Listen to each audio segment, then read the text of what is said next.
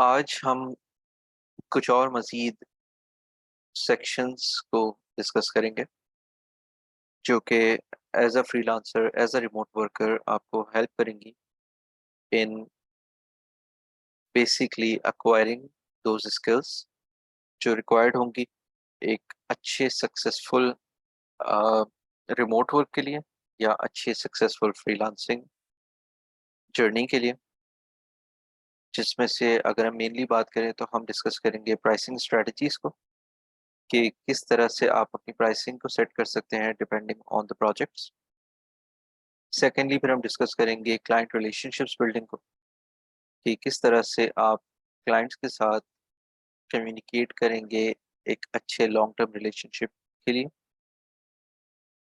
Then we gonna discuss financial management for a freelancer और a remote worker, कि हम अक्सर जो है ना इन चीज़ों में थोड़ा इसको मैनेज नहीं कर पाते, कि how much are we earning and how much should we spend and how much should we spend actually where. And then we're going to discuss how to balance your work and life while being a remote worker or while being a freelancer.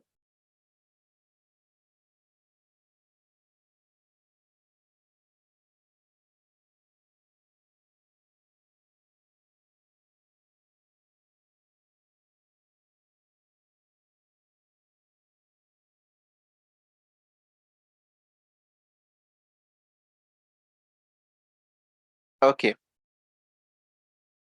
so when we're talking about pricing strategies, give me a minute.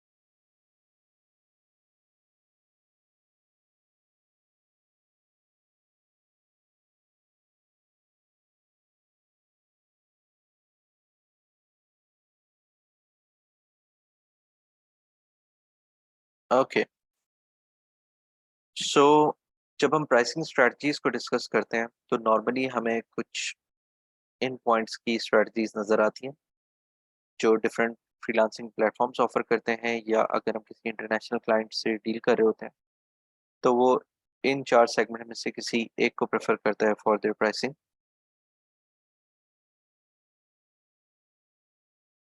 So number 1 is the hourly rate, जो हमें काफ़ी frequent नज़र आता है।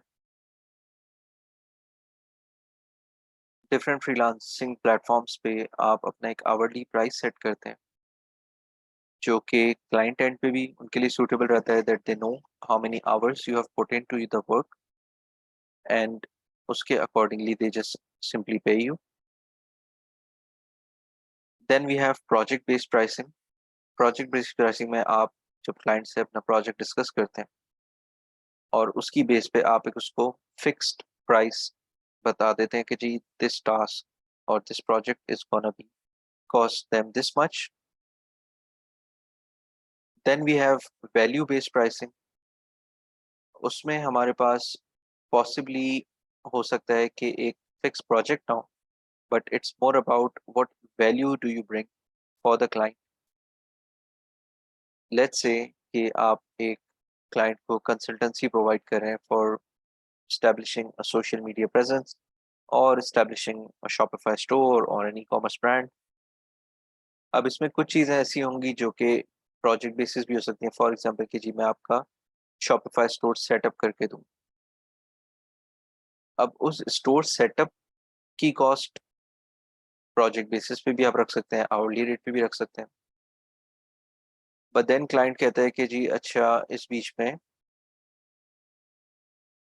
और you से कि जी इस बीच में मैं आपको कंसल्टेंसी भी प्रोवाइड करूँगा for having the right applications, having the right tools, having the right SEO strategy for that. So being me included in this project is going to help you much more than actually just delivering you the website that you have asked for. तो आप उसकी base पे भी अपनी pricing रख सकते हैं कि ठीक है जी प्रोजेक्ट डिलीवरिंग की प्राइस ये होगी, एंड उसके बाद जो वैल्यू मैं आपको पुट इन कर रहा हूँ उसकी प्राइसिंग हम वैल्यू बेस्ड प्राइसिंग सेट कर सकते हैं। Then we have a retainer model, जिसमें we simply set a monthly fees against the services that you are going to provide, और जो आपकी रिकरिंग बेसिस के ऊपर, रेगुलर बेसिस के ऊपर आप क्लाइंट से चार्ज कर सकते हैं। तो कुछ प्रोज एंड कॉन्स देखते हैं ईच प्राइसिंग स्ट्रेटजी के। When we are talking about hourly rate, ठीक है, तो उसके कुछ प्रोज हैं। फर्स्टली कि जितने भी आपके क्लाइंट्स हैं they are most familiar and comfortable with this billing method, क्योंकि इंटरनेशनल मार्केट में भी और बहुत सारे फ्रीलांसिंग प्लेटफॉर्म्स में भी सबसे ज़्यादा प्रेफर्ड जो प्राइसिंग स्ट्रेटजी है वो आवरली प्राइस की होती है। क्लाइंट को भी पता होता है how much do they want to pay per hour. As a freelancer, as a remote worker, आपको पता होता है how much do you worth per hour. So अब क्लाइंट का प्रोजेक्ट 1 घंटे का होता है, 10 घंटे का होता है, 100 घंटे का होता है, यू नो कि जितना भी एफर्ट आप पुट इन करेंगे आपको उसी हिसाब से चार्ज जो आप करेंगे क्लाइंट को, तो वो आपको उस पर आवर की बेसिस पे पेमेंट मिलेगी। सो नॉर्मली होता ये है कि अक्सर औकात जब हम क्लाइंट से बात कर रहे होते हैं बिफोर हैविंग द प्रोजेक्ट, तो कुछ चीज़ें होती हैं जो हम बड़े सरफेस लेवल पे डिस्कस कर रहे होते हैं कि अच्छा जी आप सोशल मीडिया प्रेजेंस इस्टेब्लिश करेंगे मेरी, आप ई कॉमर्स मेरा ब्रांड बना लेंगे। उसके बाद क्लाइंट से आप बात करते हैं कि जी आपके प्रोडक्ट्स कितने हैं, क्लाइंट कहता है कि जी लेट्स से 20 से 50 प्रोडक्ट्स हैं मेरे। तो ये चीज़ एक, उसने एक वेग टर्मिनोलॉजी दी ना, उसने आपको कोई फिक्स नंबर नहीं दिया जिसकी बेस पे आप कैलकुलेट कर सकें कि how much time is it gonna take. Secondly कुछ ऐसी चीज़ें भी होती हैं कि जब आप काम करने लगते हैं तो कभी कभी कोई डिफिकल्टी आ जाती है।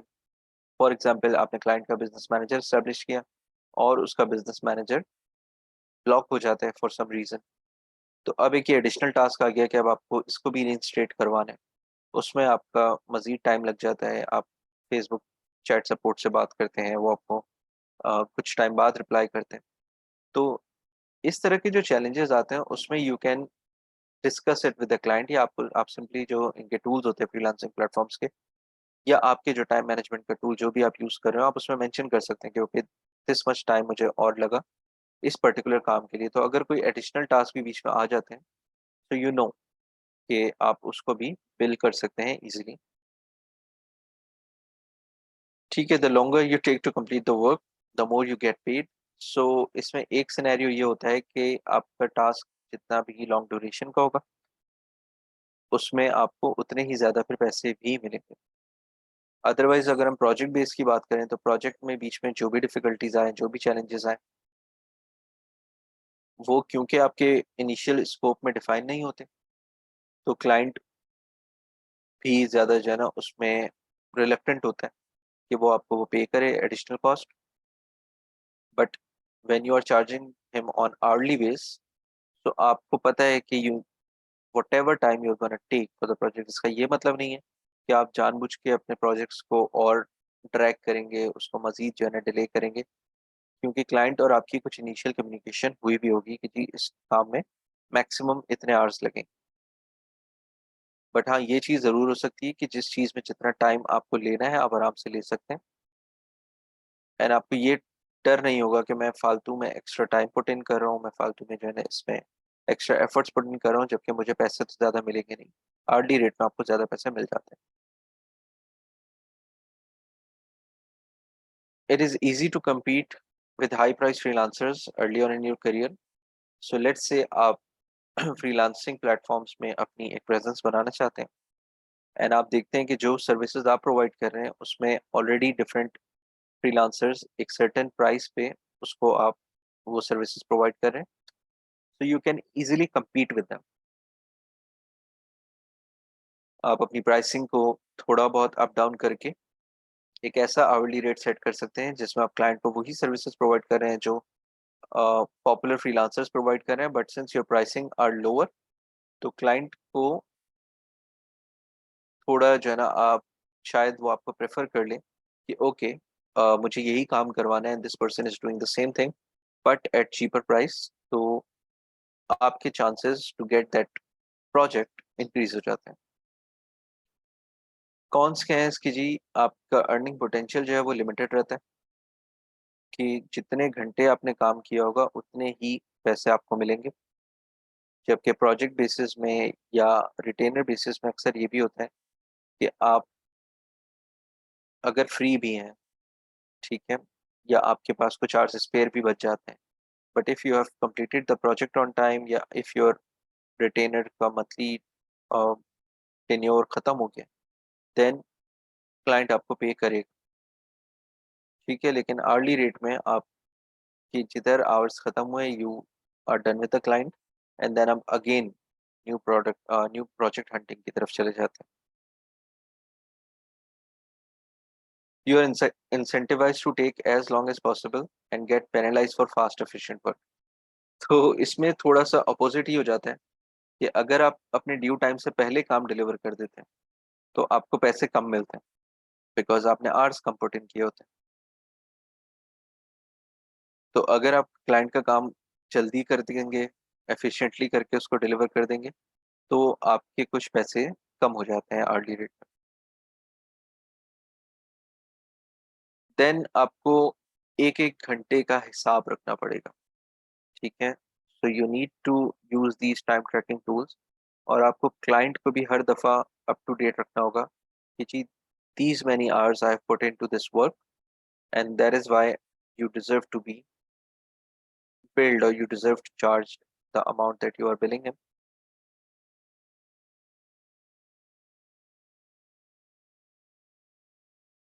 Then उसके बाद कुछ ऐसी प्रॉब्लम्स भी रेज हो सकती हैं जिसमें कॉन्फ्लिक्ट आ सकता है कि क्लाइंट कहे कि जी आपने तो कहा था ये काम इतने आवर्स में हो जाएगा, एंड देन उसके बाद फॉर सम रीज़न अगर डिले भी होता है तो क्लाइंट से वो आपकी थोड़ी बहुत, मैं कह सकता हूँ कि जी वो जो ट्रस्ट फैक्टर वाली बात है वो भी डिस्टर्ब हो सकती है।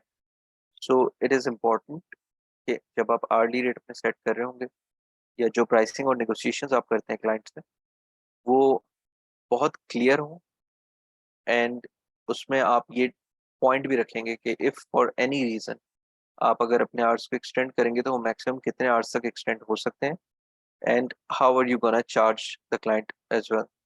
फॉर एग्जांपल आप ये भी कर सकते हैं कि ठीक है जी, जो प्रोजेक्ट के आपने, लेट्स से आपने कहा कि जी प्रोजेक्ट 40 आवर्स लेगा, एंड आप एक ये उसमें पॉइंट ऐड कर सकते हैं कि if for some reason time अगर इससे ज़्यादा लगता है तो म्यूचुअल अंडरस्टैंडिंग की बेसिस पे कि क्लाइंट भी एग्री करे कि हाँ इसमें क्लाइंट के एंड से या किसी टेक्निकल डिफिकल्टी की वजह से ज़्यादा टाइम लग रहा है, तो आप उसको कह सकते हैं कि जी वो बाकी के जो आवर्स होंगे वो मैं आपसे लेट्स से 50% पे चार्ज कर लूँगा, या मैं उसमें से आपको 5 आवर्स लेट्स से फ्री दे दूँगा कि अगर 5 घंटे एक्स्ट्रा भी लगे इसमें तो वो I won't be charging for it as well. Project based pricing की अगर प्रोस की बात की जाए तो क्लाइंट को क्लियर होगा कि how much they will be paying upfront. जितना एफिशिएंटली आप काम कर लेंगे, जितने जल्दी आप काम डिलीवर कर देंगे, वो आपके लिए बेहतर रहेगा कि एक फर्स्टली आप अपना टाइम सेव करते हैं, सेकेंडली क्लाइंट भी खुश होगा कि इसने ड्यू टाइम से पहले मुझे काम डिलीवर कर दिया। कॉन्स क्या आ जाते हैं जी, कि कभी-कभी अगेन जैसे हमने बताया कि कोई भी डिफ़िकल्टी आती है और उसकी वजह से प्रोजेक्ट जो आपने सोचा था कि इस टाइम तक ये प्रोजेक्ट कंप्लीट हो जाएगा और उससे वो डिले हो जाता है। तो उसके कोई एडिशनल आपको चार्जेस नहीं मिलेंगे। आपने जो प्रोजेक्ट की प्राइस सेट की होगी, you will be bound to just get that payment. Value based pricing की अगर प्रोस की बात करें, higher earnings for the freelancer if their work brings significant value to the client. So value based में अगर आपने कोई ऐसी स्किल्स या ऐसी अ, मैं कहूँगा कंसल्टेंसी क्लाइंट को प्रोवाइड की जो उसके लिए बहुत बेनिफिशियल है। फॉर एग्जांपल आपने उसके लिए एक सेल्स स्ट्रेटजी बना दी, आपने उसके लिए एक मार्केटिंग स्ट्रेटजी ऐसी बना दी दैट एक्चुअली वर्क्स और क्लाइंट्स को उससे काफ़ी बेनिफिट मिलता है। तो you can discuss it with the client as well कि since this campaign has worked this well, तो आप इससे एक सर्टेन अमाउंट मुझे इसका पे करेंगे, इसका एक सर्टेन मार्जिन आप मुझे इसका पे करेंगे। तो उससे ये होगा, the more value you bring into the client, the more earning you are gonna get. Cons क्या आ जाते हैं कि वैल्यू को डिटरमाइन करने में चैलेंजेस आ जाते हैं, क्योंकि कोई ऐसी कॉन्क्रीट चीज़ तो है नहीं कि आप उसको सामने दिखाएँगे कि जी ये देखें, this is what I have done. कभी-कभी एक आइडिया, एक concept can bring a lot of value for the client, but client की नज़र में वो वैल्यू हो सकता है $50 की हो, आपकी नज़र में वो $500 की हो। तो इस बीच में कुछ कॉन्फ्लिक्ट आपके बीच में आ सकते हैं कि नहीं, जो वैल्यू आप सोच रहे हैं और जो क्लाइंट उस वैल्यू को कंसिडर कर रहे हैं, they are not on the same page. Retainer method की अगर प्रोस की बात करें तो सिंपली क्लाइंट जो है वो फोकस करेगा what work is done, then actually just keeping a track of the hours spent. क्योंकि बहुत सारे क्लाइंट्स ऐसे भी आपको मिलेंगे जो बिजी हैं, जिनके पास रेगुलर कम्युनिकेशन का टाइम नहीं है आपके पास, आपके लिए। तो they will be more happy कि ठीक है जी, इस महीने के आपके ये काम है और आपने ये काम डिलीवर करते रहना है, and bye the end of the month हम एक दफ़ा बैठ के इसको इवैल्यूएट कर लेंगे कि जी आपने जो काम आपको असाइन किए गए थे वो आपने अगर डिलीवर कर दिए हैं, then you are basically eligible to get that retainer. ना आपको एक-एक घंटे का हिसाब रखने की ज़रूरत है, ना क्लाइंट को एक-एक घंटे की रिपोर्टिंग की ज़रूरत है। जस्ट वन वे में आपकी सारी जो अप्रोच या आपकी जो सारी प्रोग्रेस रही होगी वो एक ही दफ़ा में they are gonna discuss and evaluate.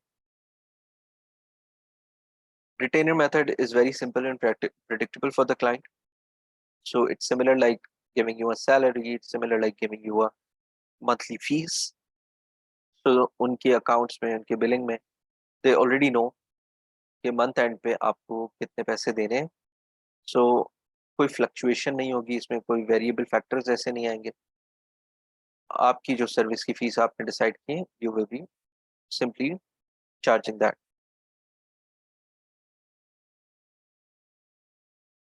Retainers are easy to renew as well. So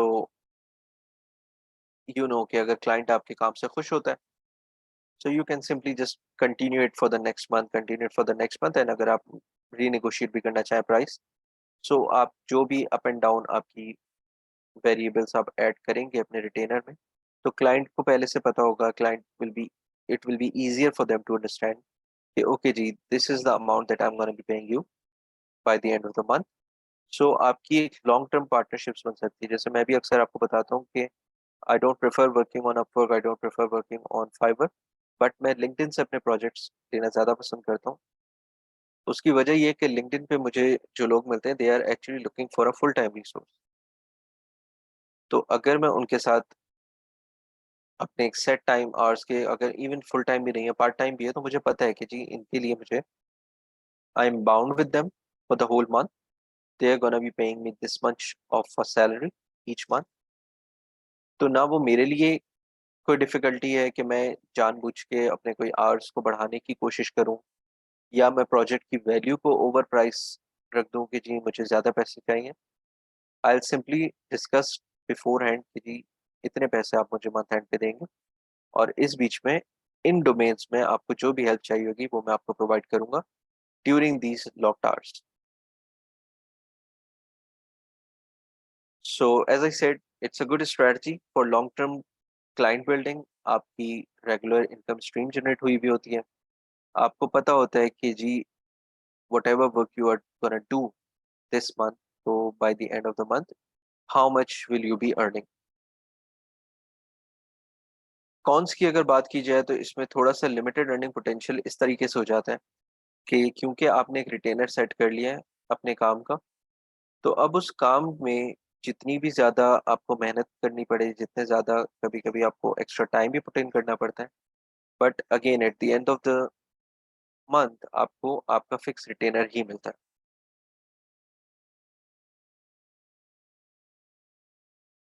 कौन से फैक्टर्स हैं जो आपकी प्राइसेस को इन्फ्लुएंस कर सकते हैं? Number one is skill level and expertise. तो जब भी आप अपनी प्राइसिंग स्ट्रेटजीज को सेट कर रहे होंगे, सबसे पहले आपने सेल्फ इवेल्युएशन करनी है that where do you stand in the market as of now, what is your experience of working this thing, what specialized skills do you have, and what is your industry reputation. So if you are relatively new, तो आप suddenly professionals की pricing के साथ comparison नहीं कर सकते, या आप उनके साथ compete नहीं कर सकते। आपको इवैल्यूएट करना है कि ठीक है जी, लेट्स से अभी मेरे पास कोई एक्सपीरियंस नहीं है, तो दैट मीन्स आप, लेट्स से आप अपने आप को ना उसमें से एक नंबर अलॉट कर दें फ्रॉम 1 to 10। यू से कि जी मैंने एक दो प्रोजेक्ट्स पे काम किया, तो आप अपने आप को 2 out of 10 दे दें।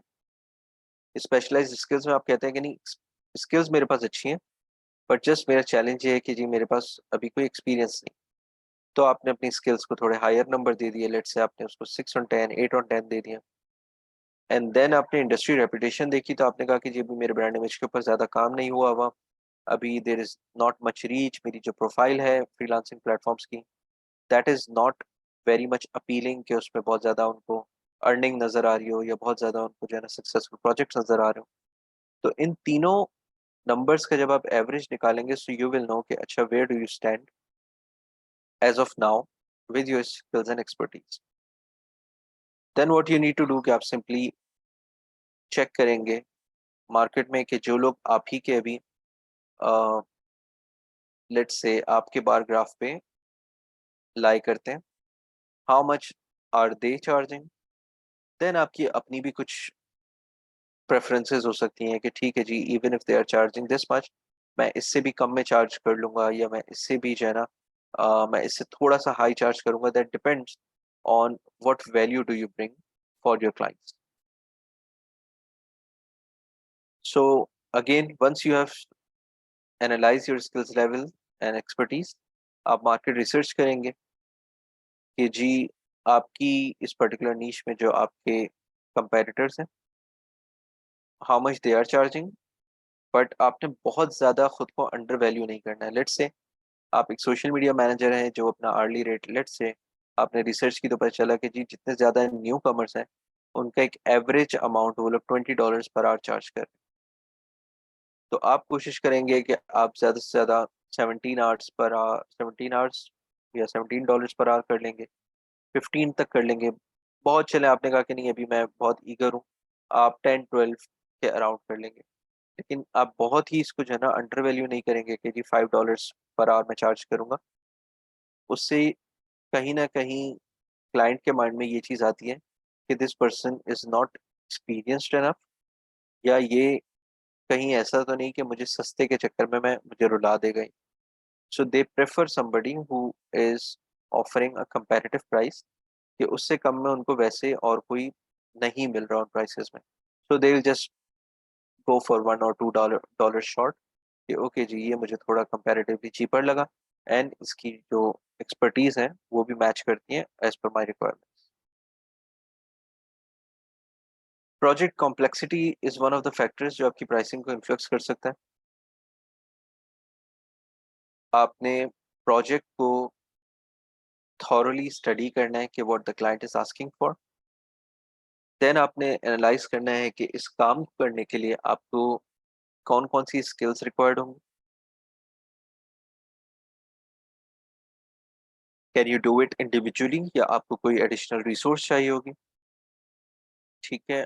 How much time this project is gonna take, and उसकी बेस पे you will need to set the prices. Fourth factor is gonna be client's budget.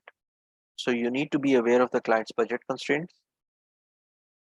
Let's say if the client says कि जी मेरा budget है $20 per hour का, तो अगर आप उसको रिलीफ दे देते हैं कि जी ठीक है मैं $18 पर आवर चार्ज करूंगा, $15 पर आवर चार्ज करूंगा, that is a relief for them.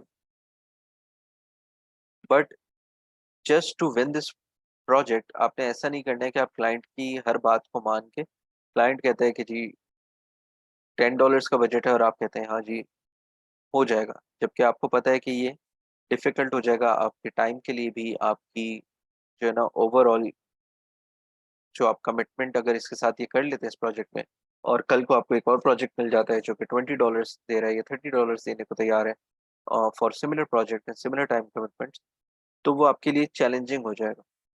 इसलिए अपनी जो रेट्स हैं उसकी रेंज को हमेशा डिफाइन रखें कि नहीं I won't go below this amount, otherwise वो मेरे वर्क पे या मेरे आप कह सकते हैं कि जी रेवेन्यू मॉडल पे इफेक्ट होता है। इसलिए आई am not gonna go below this particular amount.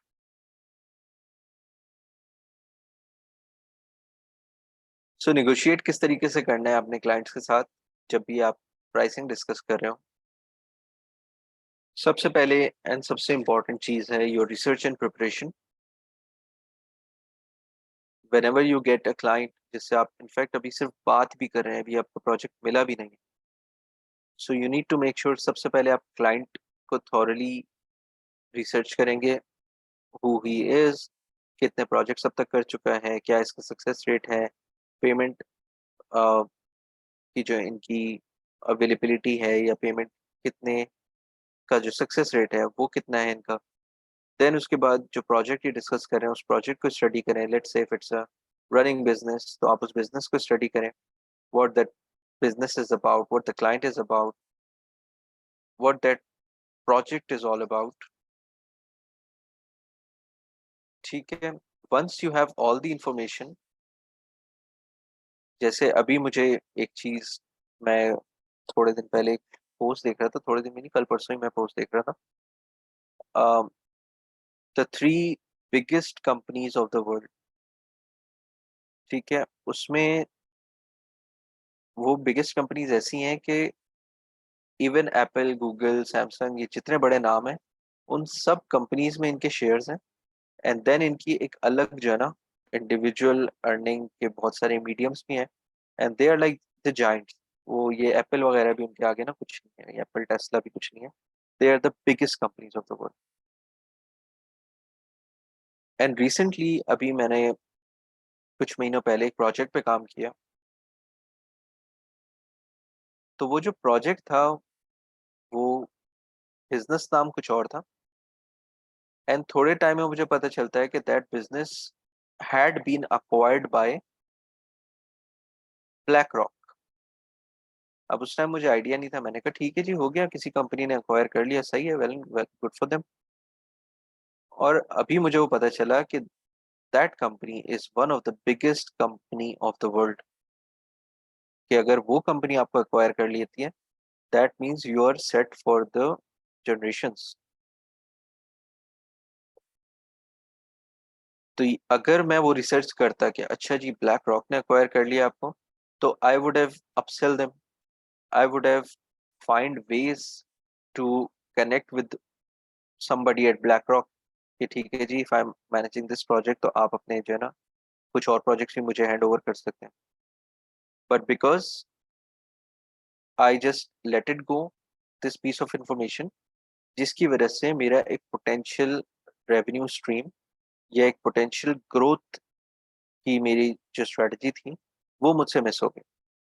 But if you do your research properly, then you will know कि अच्छा, मैं इस क्लाइंट को सिर्फ इस प्रोजेक्ट की नज़र से ना देखूं, मैं इसके अराउंड जितनी ये बाउंड्रीज को टच कर रहा है मैं उनको भी देखूं कि what potential do I get if I do this work.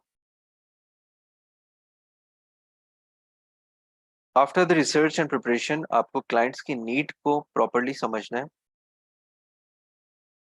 अक्सर औकात जब हम नए फ्रीलांसर्स होते हैं तो हम अपने पैशन में या ईगरनेस में या अपनी जो एक हम कहते हैं कि न्यू वर्कर मेंटालिटी जो होती है, उसकी बेस पे हमारा एम सिर्फ ये होता है कि बाय हुक और बाय क्रूक हमें ये प्रोजेक्ट विन करना। क्लाइंट हमसे बात करता है, लेट्स से अभी वो इंट्रोडक्टरी बात करते हैं ना, आप आगे से बोलते हैं जी सर डन हो जाएगा, जबकि ऐसा होना नहीं चाहिए। You need to make sure कि आप क्लाइंट की रिक्वायरमेंट्स क्लियरली समझें। क्योंकि कभी कभी कोई क्लाइंट आता है, जी मुझे एक वेबसाइट बनानी, एक वर्डप्रेस वेबसाइट बनानी है मुझे, और उसके 5 पेजेस होंगे, home, about us, contact us, photo gallery, और लेट्स से एक मेरा पेज हो जाएगा help section.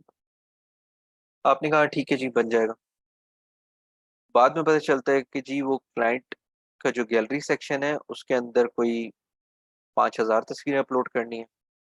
About us section के अंदर उस क्लाइंट के 50 और प्रोजेक्ट्स हैं, उनके बारे में आपको लिखना है, उनके बारे में आपके पेज, वो सब पेजेस बनेंगे।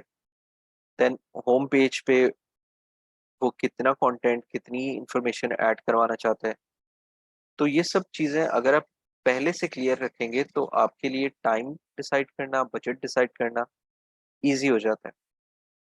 अदरवाइज आप जस्ट वो एक टू विन दिस क्लाइंट आप ईगर होके यस तो कर देते हैं, एंड बाद में आपको भी डिफिकल्टीज होती हैं, क्लाइंट को भी डिफिकल्टीज होती हैं। क्लाइंट खुश नहीं होता तो वो आपके लिए नेगेटिव रिमार्क्स छोड़ के जाता है, नेगेटिव रैंकिंग छोड़ के जाता है, जो कि आपके आपको एक लॉन्ग टर्म जो है ना नेगेटिव इफेक्ट में रखती है। So it's better to take some extra time.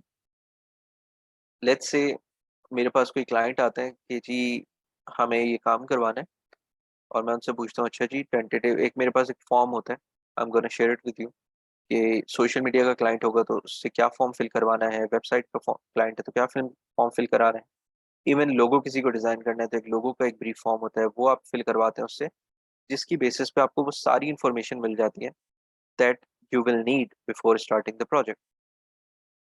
अब सोशल मीडिया पे मेरी प्रैक्टिस ये है कि जब भी कोई क्लाइंट आता है तो I take a good 10 to 15 days just to prepare the initial strategy, initial artworks, initial content and everything. तो वो क्लाइंट आके कहते हैं जी लेट्स से 12 तारीख को मुझे कहते हैं कि हमें ये काम करना है, और जब मैं उनको फॉर्म भेजता हूँ तो लॉन्च डेट वो मेंशन करते हैं 17 तारीख, कि जी 5 दिन में इनको लॉन्च करना है अपना पेज। तो अब मैं एनालाइज करता हूँ कि यार ये क्लाइंट अभी आया है, अभी तो मुझे इस पर स्टडी करनी है, मुझे कंटेंट प्रिपेयर करना होगा, डिज़ाइनर की अवेलेबिलिटी देखनी है, डिज़ाइंस बनेंगे, फिर वो न्यू डिज़ाइंस क्योंकि अब हम क्लाइंट के लिए बना रहे हैं तो उसमें ऑब्वियसली रिविजन्स आएंगी, एक टेम्पलेट पे, एक थीम पे हम फाइनल सेट होने में टाइम लगेगा। तो it doesn't look a viable option for me कि 5 दिन में मैं इसका पूरा पेज जो है ना लॉन्च भी कर दूं। सो इधर मैं उससे बात करूंगा कि जी is this your final deadline, क्योंकि मेरी प्रैक्टिस ये है that I take this much time for these many things. तो अगर क्लाइंट अग्री करता है कि नहीं ठीक है, this is not my final deadline, आप इसको जो है ना लेट्स से नेक्स्ट मंथ की 1 तारीख से भी हम स्टार्ट कर सकते हैं, देन हम कहते हैं कि चलो ठीक है जी, हम इसको ऑन बोर्ड ले सकते हैं। बट अगर वो कहते हैं कि नहीं, दिस इज द डेट, यहाँ पे तो मुझे जो है ना इसी डेट पे ही काम स्टार्ट करना है, देन वो फिर हमारे लिए चैलेंज हो जाता है, and we have to let that client go. Give me a minute.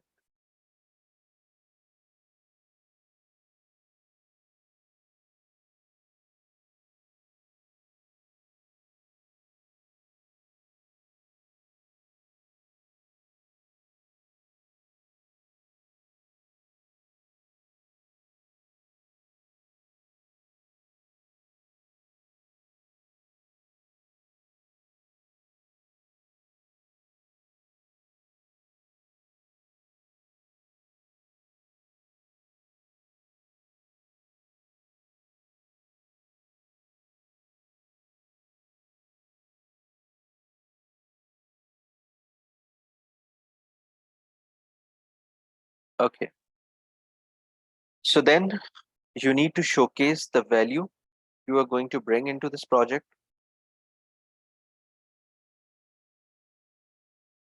Let's say client की जो रिक्वायरमेंट्स हैं, जैसे हमने बताया भी कि क्लाइंट को अगर आप कुछ एडिशनल वैल्यू ऑफर कर देते हैं, तो क्लाइंट आपके काम से खुश भी होता है, वो आपको पॉजिटिव रिमार्क्स भी देता है, एंड देन आप एक चैनल ओपन कर लेते हैं for future work as well. So make sure that whenever you are discussing a project or discussing the pricing of a project, आप ये चीज़ भी डिस्कस करें कि क्लाइंट की नीड को समझते हुए आप उसको बताएं कि what you can bring into the table if this deal is locked. तो उसमें डिफरेंट चीज़ें हो सकती हैं। फॉर एग्जांपल क्लाइंट कहता है कि जी मुझे एक लोगो डिज़ाइन करवाना है, तो आपने बताना है कि जी why you are the best person for this thing, and secondly वो कहता है कि जी ये लोगो तो $5 में कोई और भी बना देगा, मैं आपसे $10 में या $20 में क्यों बनवाऊं। तो उसके लिए आपके पास क्या काउंटर आर्ग्यूमेंट होगा, you need to prepare for that. Same चीज for any other skills that you are offering. So make sure कि जो काम क्लाइंट ने मांगा है उसको समझ के अपने एंड से एक लिस्ट ऑफ टास्क डिफाइन कर दें कि जी इस काम को करने के लिए मुझे ये सारे स्टेप्स लेने होंगे, and during while we are working on this thing, तो मैं पॉसिबली आपको ये सारी वैल्यू भी प्रोवाइड कर रहा हूँ। ठीक है, then you need to be confident and professional, because अक्सर औकात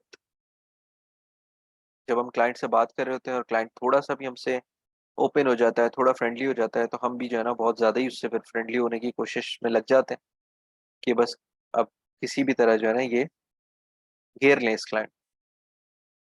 बट द थिंग इज कि the more professional you are, the more confident you are in your work, in your negotiations, in your communication, the more easier it is gonna be for you and for the client as well to execute the project smoothly.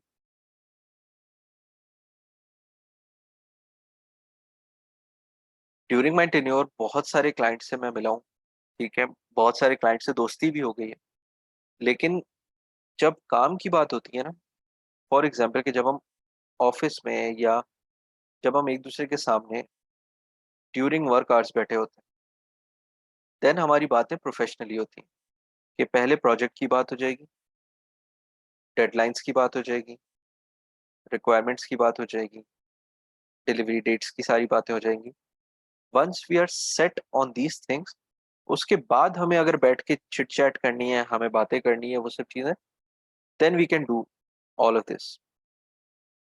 But जिस काम के लिए हम पहले आए हैं, जिस काम ने हमें एक दूसरे से कनेक्ट किया है, we need to be loyal with that work and we need to be honest with that work, कि पहले इस काम को हम सेट कर देते हैं, एंड उसकी अकाउंटेबिलिटी भी उसी तरीके से होती थी कि जब हम काम असाइन हो जाता था, काम डिस्कस हो जाता था, उसके बाद जब हम नेक्स्ट टाइम मिलते थे to follow up on that project, तो सबसे पहले बात ही ये होती थी, इवन चाय पानी मंगाने से ही पहले ना वो पहले मुझसे पूछता था हाँ जी क्या हुआ इस महीने, क्या क्या काम हुए। देन उसको वो रिपोर्ट जब मैं दे देता था, उसके बाद होता था क्या चलेगा, चाय कॉफी ठंडा, यहीं बैठोगे, बाहर होटल पे चल के बैठे हैं, या जो भी इसकी सिनेरियो है। एंड फिर उसके बाद हमारी इधर उधर की बातें भी हो जाती थी, कोई नए प्रोजेक्ट्स की बात हो जाती थी। लेकिन आपका जो वर्क है ना, ठीक है, वो हमेशा आपकी प्रायोरिटी पे रहेगा।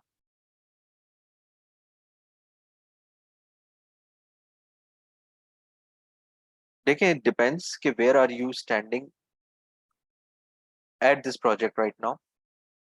अभी आपके पास लेट्स से क्लाइंट आया है और आके आपसे पूछता है कि जी, क्या how much are you gonna charge for let's say a logo designing.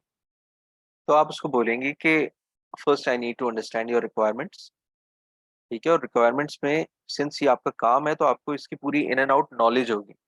आप उससे पूछेंगे कि अच्छा जी, आप पहले तो ये एक मेरा ब्रीफ फॉर्म है, उस ब्रीफ फॉर्म में सवाल होते हैं कि जी आपकी कंपनी क्या है, आपकी कंपनी का लोगो के कलर्स आप कौन से प्रेफर करते हैं, किस तरह के लोगो आपको पसंद आते हैं, आपके कंपेटिटर्स के लोगोस क्या क्या हैं। देन उसके बाद कितना टाइम है आपके पास और कितना बजट है आपके पास इसको काम को करने के लिए।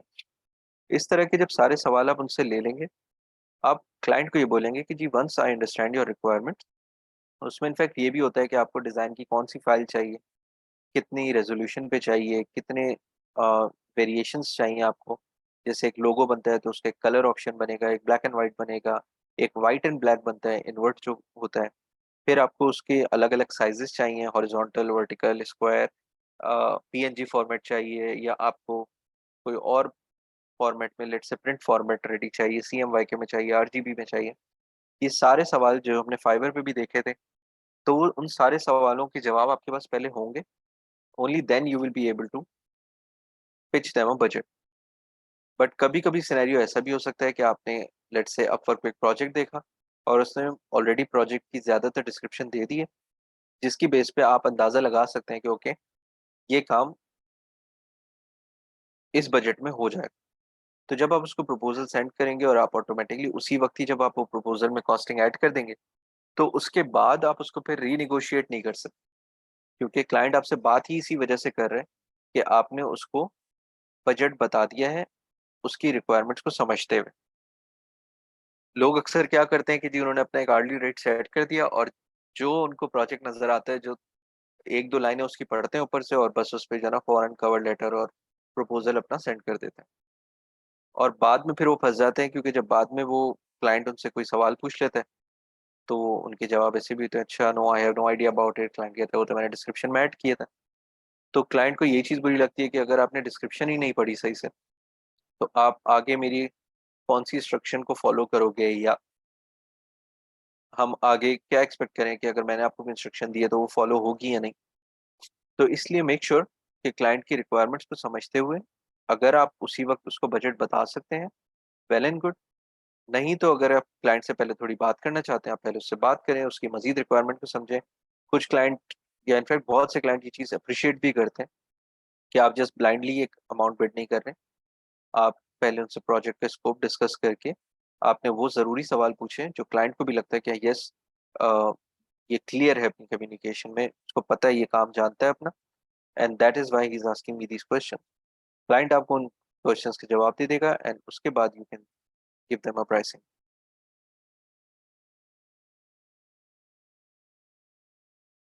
You need to aim for a win win scenario.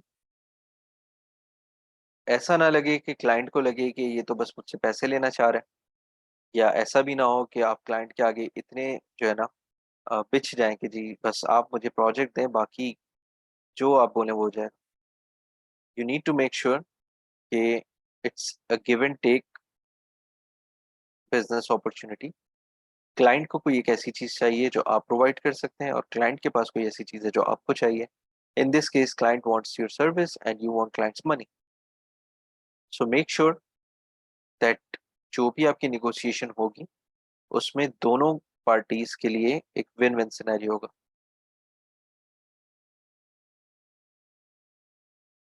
Avoid price reduction traps. अक्सर औक़ात ऐसा होगा कि जब आप क्लाइंट से नेगोशिएट कर रहे होंगे, तो क्लाइंट का एम ये होता है कि किसी तरह कम से कम पैसों में ही काम करा लिया जाए।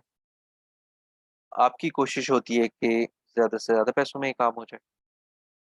तो अगर कोई क्लाइंट आपको ये बात कहता है कि जी प्राइसिंग को कम कर दें या आपकी प्राइसेस मुझे ज़्यादा लग रही हैं, तो आप उनको एक तो अगेन जैसे हमने पिछली स्लाइड्स में डिस्कस किया कि आप उसको अपनी वैल्यू समझाएँगे कि why this money is justified for the service that you are providing. और जब वो इस तरह की कोई बात करे कि यार पैसे कम कर दें, तो आप उसको बोले एक काम करते हैं, how about I give you 2 revision instead of 1। Let's say आपने उसको पहले प्रोजेक्ट में आपने उसको कहा था कि मैं आपको 1 रिवीजन दूँगा। आप उसको बोल दें कि मैं चलें आपको 2 रिवीजन्स दे देता हूँ। साथ में मैं आपको जी आपके लोगो का जो है ना अ, डिफरेंट वेरिएशंस भी दे दूँगा कलर की, और मैं आपको फ़ोटोशॉप और एआई फाइल दोनों दे दूँगा। तो क्योंकि क्लाइंट के प्रोजेक्ट के बाद ये चीज़ें आपके लिए एज़ सच इतनी वैल्यूएबल नहीं रहेंगी। दूसरा ये है कि अगर वो आप उसको वो कॉपी दे भी देते हैं फ़ोटोशॉप या एआई फाइल की, तो उसकी एक कॉपी तो आपके पास रखी हुई होगी ना। आप उसको जब चाहें अपने पोर्टफ़ोलियो में यूज़ कर सकें। अदर देन दैट आप उस आपका उस फ़ाइल से अब कोई काम इतना ज़्यादा होगा नहीं, वो बस एक स्पेस होगी, जो आपके सिस्टम में, आपकी ड्राइव में एक्स्ट्रा जगह ली हुई हो। तो instead of making your prices go down, you increase the value और you increase the deliverables, so that अब क्लाइंट को लगे कि अच्छा ठीक है, अब मेरी वैल्यू बढ़ गई है, अब मेरे प्रोजेक्ट की जो है ना स्कोप बढ़ गया है, तो चलें अब ये प्राइस जस्टिफाइड है। आपको अब एक्स्ट्रा काम भी नहीं करना, वो काम आप वैसे भी कर ही रहे थे। लेकिन अब क्या होगा कि उस प्राइस पे आपको वही प्राइस मिल जाएगी that you expected, and client भी खुश हो जाएगा कि चलो मुझे 4 चीज़ें एक्स्ट्रा मिल गई। You need to set boundaries, be clear about what is included in your pricing and the scope of work to avoid scope creep. अच्छा, स्कोप क्रीप क्या होता है कि आपको बताया जाएगा कि जी मुझे एक लेट्स से मुझे 10 आर्टवर्क्स बनाने हैं सोशल मीडिया के लिए। आपने बोल दिया कि चलें ठीक है जी, 10 आर्टवर्क्स मैं बना के दे दूँगा आपको, और पर आर्टवर्क के लेट्स से मैं $10 आपसे चार्ज करूँगा। $100 पे आपकी डील लॉक हो जाती है। क्लाइंट भी बोलता है कि हाँ ठीक। उसके बाद क्लाइंट आपको कहता है कि लेट्स से आप आर्टवर्क बना रहे हो और क्लाइंट आपको कॉन्स्टेंटली रिवीजन पे रिवीजन दे रहा है कि नहीं ये अच्छा नहीं लग रहा है, इसको ऐसे फिक्स कर दो, इसको ऐसे फिक्स कर दो। और वो रिवीजन्स इतने बढ़ गए हैं कि अब आपको जो है ना फ्रस्ट्रेट करना शुरू हो गए हैं कि वो आपका टाइम बहुत ज़्यादा ले रहे हैं। या फिर ऐसा होगा कि आपने क्लाइंट चलें अप्रूव कर लिए, क्लाइंट ने आपके आर्टवर्क्स अप्रूव कर दिए, और अब वो कहता है कि सिंस आई आस्क्ड यू कि जी मुझे सोशल मीडिया के लिए बनाने हैं, तो अब आप सोशल मीडिया के सारे साइज़ेज़ मुझे दें। मुझे इसका स्क्वायर फॉर्मेट चाहिए फॉर सोशल मीडिया पेजेस, मुझे इसका स्टोरी साइज़ चाहिए फॉर स्टोरीज़ एंड रील, मुझे इसकी कवर फ़ोटो जो है वो हर प्लेटफ़ॉर्म का जो डिफरेंट होता है, फेसबुक का, ट्विटर का, लिंक्डइन का, यूट्यूब का, वो सब मुझे अलग-अलग चाहिए। मुझे इसी आर्टवर्क से रिलेटेड यूट्यूब के थंबनेल्स बना के आप देंगे। वो काम के स्कोप को बढ़ाता जा रहा है। बट इवेंचुअली वो क्या कहेगा कि भाई आर्टवर्क तो वही है ना जो आपने बनाया। मैं आपसे आर्टवर्क नया बनाने को थोड़ी कह रहा हूँ। मैं तो सिर्फ़ आपसे साइज़ वेरिएशंस माँग रहा हूँ, और ये तो चीज़ें हर कोई देता है, हर किसी को देनी चाहिए। बट सिंस आपने ये चीज़ें इनिशियली क्लियर नहीं की थी, तो अब आप फँस जाएँगे, अब आपको वो काम डिलीवर भी करना पड़ेगा, आपका टाइम भी एक्स्ट्रा ज़ाया होगा, एंड आपको पैसे भी ज़्यादा नहीं मिलेंगे। तो you need to make sure कि जो भी काम आप करने जा रहे हैं, उस काम की इन एंड आउट सारी चीज़ों को आप डिस्कस कर लें, सो दैट वो आपके ऊपर कोई बर्डन ना बने, और क्लाइंट के एंड पे भी कोई नेगेटिव इंप्रेशन ना जाए कि जी इसने मुझे ये चीज़ कमिट की थी और वो चीज़ नहीं दी। You must know your walk away points.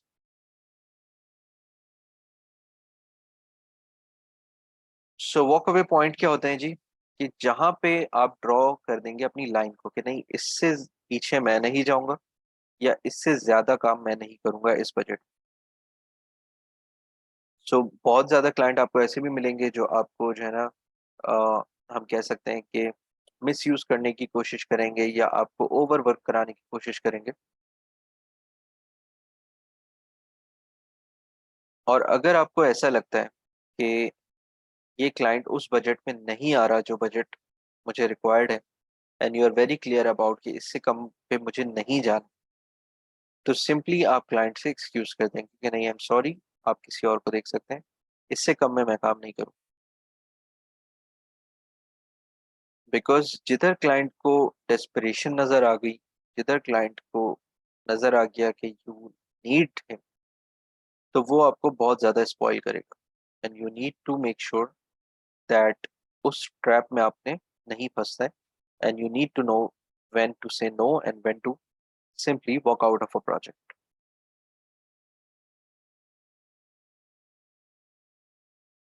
सो कुछ कॉमन सिनेरियोज जो आपको फेस करने होते हैं ड्यूरिंग द प्राइसिंग नेगोशिएशंस। सबसे पहले आता है जी बजट का क्वेश्चन। क्लाइंट आपसे सबसे पहले पूछेगा कि जी ये प्रोजेक्ट है मेरा, इस प्रोजेक्ट की क्या क्या बजट होगा। या क्लाइंट ने अगर ऑलरेडी एक बजट एलोकेट किया हुआ है कि जी $100 दूंगा मैं इस काम के, और प्रोजेक्ट की इतनी ज्यादा उसने डिटेल्स नहीं मेंशन की, तो व्हेन दे आस्क यू कि जी आप are you okay with the budget, और what are your budget for this service और this project, so you need to just take a step back.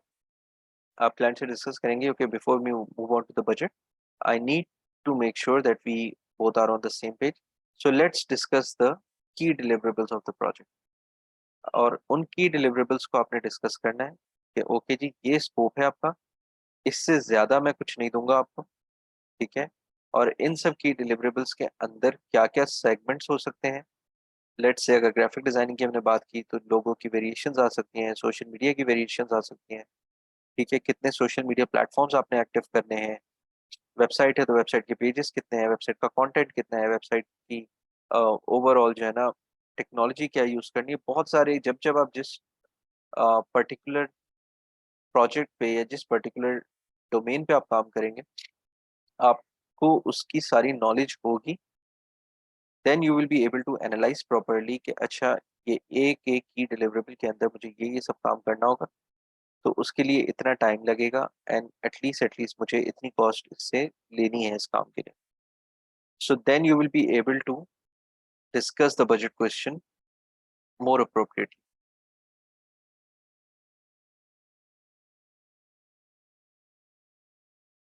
ठीक है। सो इसी तरह आपके पास इसको क्रीप का जब ऑप्शन आए, तो you need to make sure, जैसे हमने फाइवर पे देखा है कि फाइवर पे जब हम अपने गिग बना रहे होते हैं तो वो बड़ा क्लियरली एक एक चीज आपसे पूछता है कि जी लोगों पे अगर लेट्स से एक इमेज भी अगर ऐड करनी है शटर स्टॉक की, तो उसके $5 एक्स्ट्रा लग जाएंगे। अगर आप लोगों की 2 वेरिएशंस बनाएंगे तो इतने पैसे लगेंगे, 3 वेरिएशंस बनाएंगे तो इतने लगेंगे। इसी तरह आप अपने कस्टम जो है ना उसमें वेरिएशंस भी ऐड कर सकते हैं कि जी ये मेरा एक सेपरेट पैकेज होगा कि अगर आप ये चीज़ें रिक्वायर करते हैं तो उसके लिए आपको इतने पैसे और देने पड़े। उन्हीं स्ट्रेटजीज को आपने रियल लाइफ में भी इम्प्लीमेंट करना है। सो लेट्स से कोई भी काम ऐसा आ जाता है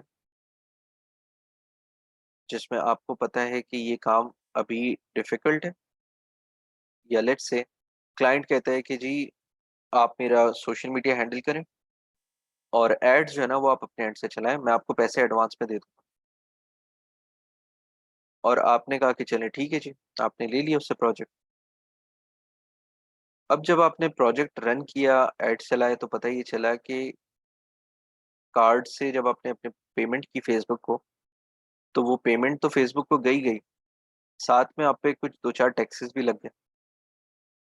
और वो टैक्सेस तो ना आपने डिस्कस किए थे क्लाइंट से, और ना क्लाइंट अवेयर है उनके बारे में, और ना आपकी कोई डिस्कशन हुई उसके साथ, तो ऑटोमेटिकली वो बर्डन आपके ऊपर आ जाएगा। तो अगर $1000 के भी अगर आपने एड स्पेंड किया, और उस पे 50-100 डॉलर अगर आपको देने पड़ गए फेसबुक को अलग से, तो आपकी इमेजिन करें सर्विस फीस में से कितना बड़ा नुकसान आपको वैसे ही हो जाएगा। सिमिलरली आप काम कर रहे हैं, ठीक है, क्लाइंट से आपने बात नहीं की, आपने उससे बात की थी कि जी मैं आपकी सोशल मीडिया पोस्टिंग्स वगैरह सब हैंडल करूंगा। और अब पता ये चलता है कि क्लाइंट कहता है कि जी डिज़ाइनर और कंटेंट मेरे पास है, मैं रोज़ आपको कंटेंट अपना दूंगा, और आपने वो पब्लिश करना है मेरे सोशल मीडिया चैनल्स पे।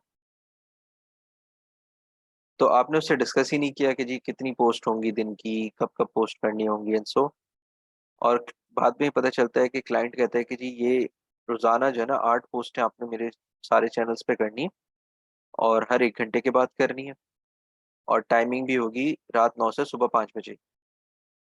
तो यहाँ पे आप परेशान हो जाएँगे। और इवन हो सकता है क्लाइंट ऐसा भी बोल दे कि आर्टवर्क और कैप्शन मैं आपको हर 45 मिनट्स बाद या हर 1 घंटे बाद दूँगा। लेट्स से वो कहता है कि जी मैं 12:55 को आपको पहला आर्टवर्क और कैप्शन दूँगा, वो आपने पोस्ट करना है, फिर 1:55 पे दूसरा, 2:55 पे तीसरा, ये सब आपने जो है ना हर 1 घंटे बाद पोस्ट करना है। तो इमेजिन कितना डिफ़िकल्ट हो जाएगा आपके लिए, पूरी रात आपको हर 1 घंटे बाद अवेलेबल रहना है। आपने उसको पोस्ट करना है and then how difficult is it gonna be? और आपने जब उससे नेगोशिएट किया तो आपको ये लगा कि हाँ, बस सोशल मीडिया पे पोस्टिंग ही तो करनी है, स्केड्यूल कर देंगे और पूरे महीने के लिए चिल रहेंगे।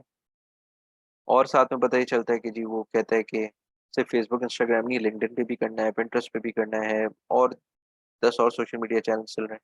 उन पे भी बात करनी है। आपने उससे डिस्कस नहीं किया पहले कि कितने सोशल मीडिया चैनल्स हैं, तो आप फँस सकते हैं।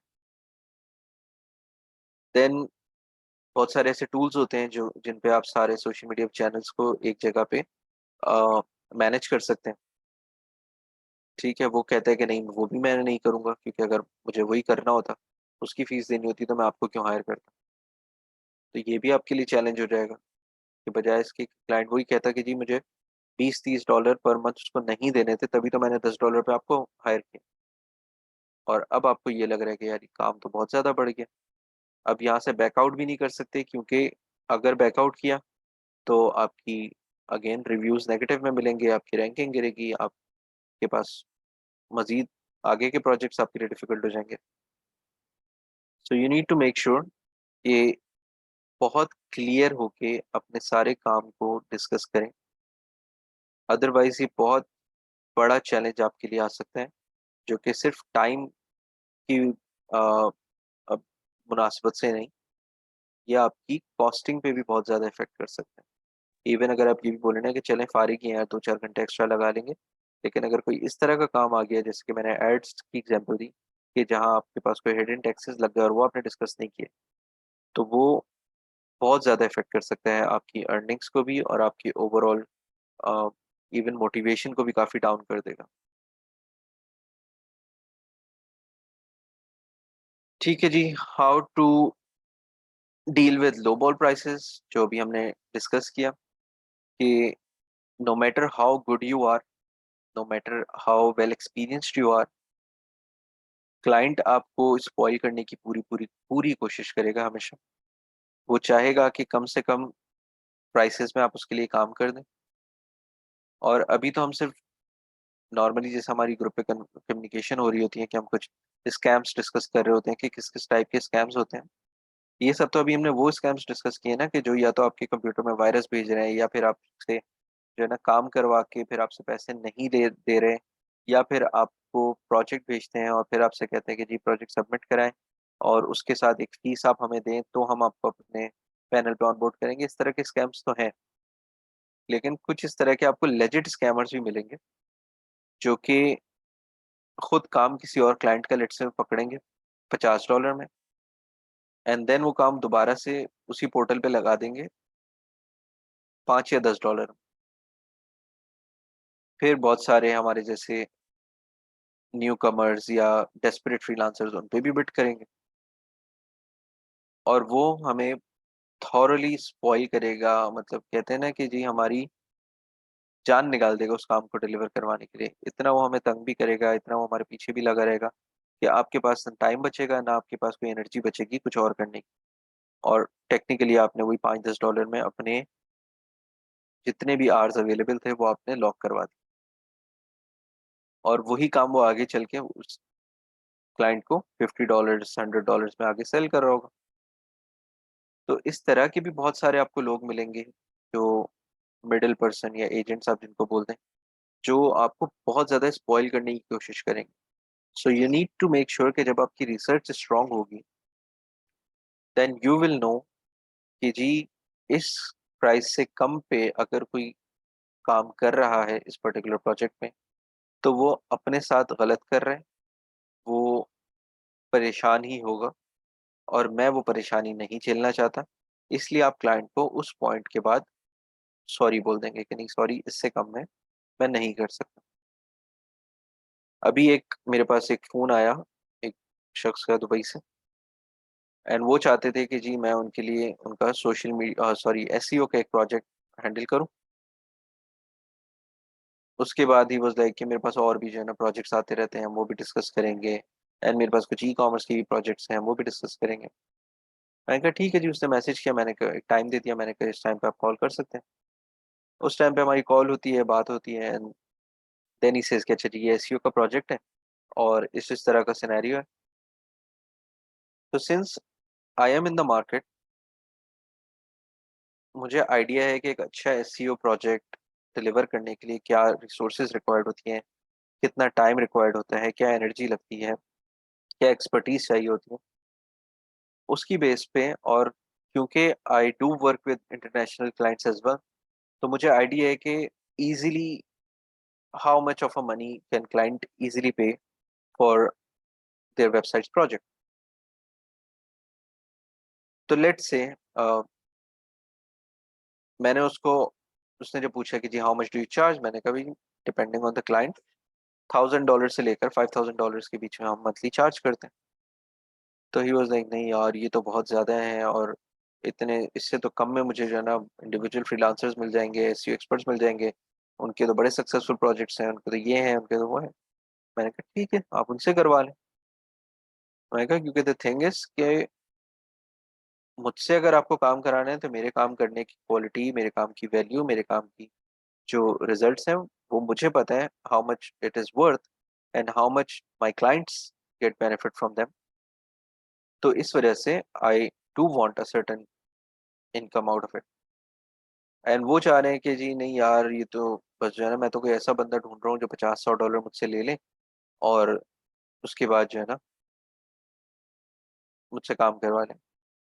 तो मैंने उसको सिर्फ ये बोली, मैंने कहा कि देखें if you wanted a person जो $50 to $100 में काम कर ले तो पहले तो आपको मुझे कॉल ही नहीं करनी चाहिए थी, बिकॉज मुझे लगा कि आपने पहले मेरे बारे में रिसर्च कर ली होगी, who I am and what I do, and then आप मेरे पास आए हैं। तो अगर आपकी रिसर्च ही नहीं है then I am sorry, I don't think के we are on the same page. Then उसके बाद अच्छा चलें इसको छोड़ें, आ, उसकी बात करते हैं, ई कॉमर्स करते हैं आप। मैंने कहा जी ई कॉमर्स भी करते हैं। अच्छा मेरे पास ना कुछ दुबई के परफ्यूम्स हैं, मेरे पास उनके सबके जो है ना ओरिजिनल वेंडर्स हैं, मैं आपको ना वो ओरिजिनल परफ्यूम्स यहाँ पे भेज सकता हूँ, आप यहाँ पे जो है ना उनको सेल करें, ई कॉमर्स स्टोर बना। उस पर फिर थोड़ी सी उससे बात बात हुई। ठीक है, उनको ज़रा रियलिटी चेक दिखाया कि यहाँ पे हम लोग रेप्लिका परफ्यूम्स अफोर्ड नहीं कर पाते, आप ओरिजिनल परफ्यूम्स दुबई से पाकिस्तान भेज रहे हैं, तो कितनी नीश मार्केट है, कितने कम लोग हैं जो कि इस तरह के प्रोडक्ट्स में इंटरेस्टेड होंगे, हाई टिकट आइटम है आपका, कम से कम भी 20,000 रुपये का आपका परफ्यूम होगा। तो रेवेन्यू मेरा कब जनरेट होगा, मेरा 3x का फार्मूला कब इम्प्लीमेंट होगा, मेरा जो स्टोर डेवलपमेंट, मार्केटिंग बजट, ये सब कैसे जस्टिफाई होगा। उससे ज़रा थोड़ी डिटेल में बात हुई, and then he was like नहीं चलें आप देख लें, बताएं कि किस तरीके से हो सकता है। मैंने कहा नहीं हो सकता, मुझे करना ही नहीं।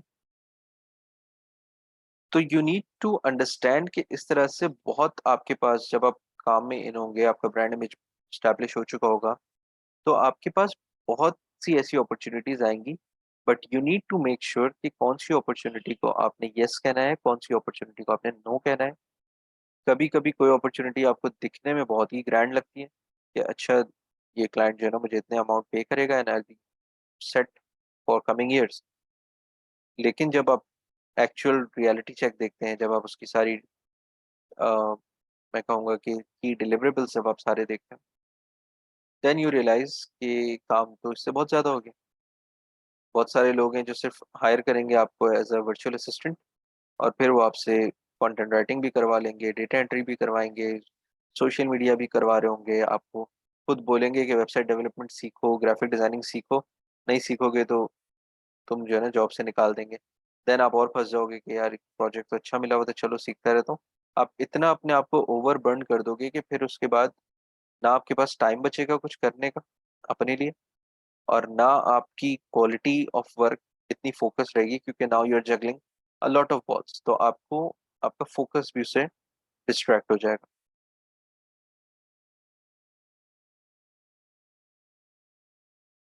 नहीं सात नाम नहीं है कोई, कसीमुद्दीन थे साहब।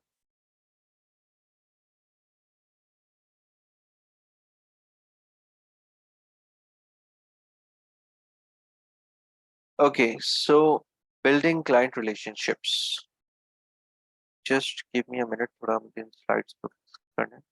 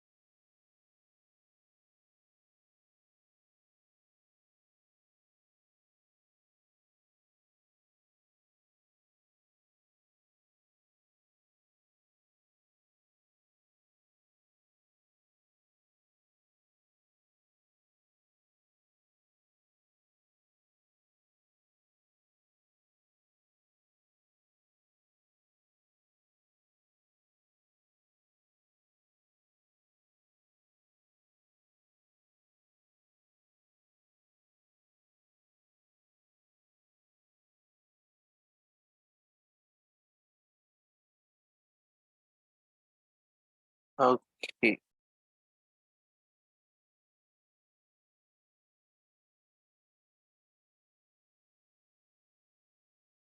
so another important thing that we need to work on is building strong client relationships, because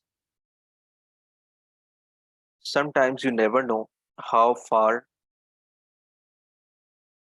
a good work delivered can take you. A client may remember you for the work you have done for them for years to come, in fact. जैसे कि मैंने बताया अभी, previous हम लोगों ने discuss किया था कि कुछ क्लाइंट्स ऐसे भी हैं जिनके साथ मैंने 10-10 साल पहले काम किया, एंड उसके बाद एक टाइम बीच में आया था कि मैंने लोकल क्लाइंट्स पे काम करना बिल्कुल ख़त्म कर दिया था, अभी भी नहीं करता। बट नाउ वो क्लाइंट खुद इंटरनेशनल बन गए कि उन्होंने इंटरनेशनल अपने ब्रांड्स ओपन कर लिए, इंटरनेशनल अपनी प्रेजेंस बना लिए।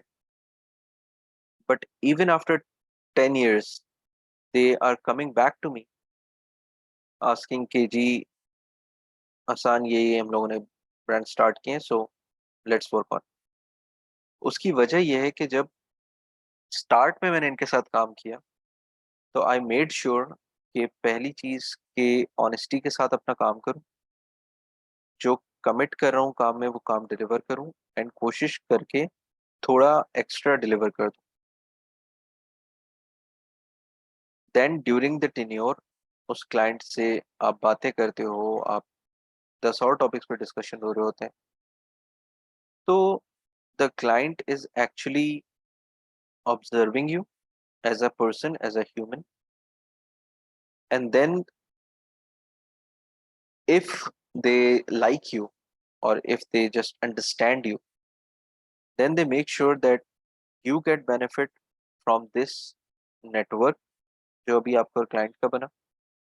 एंड क्लाइंट के साथ आप फिर इस तरह की भी चीज़ें डिस्कस कर सकते हो। फॉर एग्जांपल एक क्लाइंट के साथ आपने काफ़ी काम किया, 6 महीने साल हो गया है, the work is doing well, आपकी अच्छी बातचीत भी हो गई, आप इधर उधर की बातें भी कर लेते हैं, तो आप डिस्कस कर सकते हैं कि यार I am looking for some more projects, अभी जो है ना कुछ लेट्स से एक्सपेंसेस मीट करने में थोड़ी डिफिकल्टी हो रही है।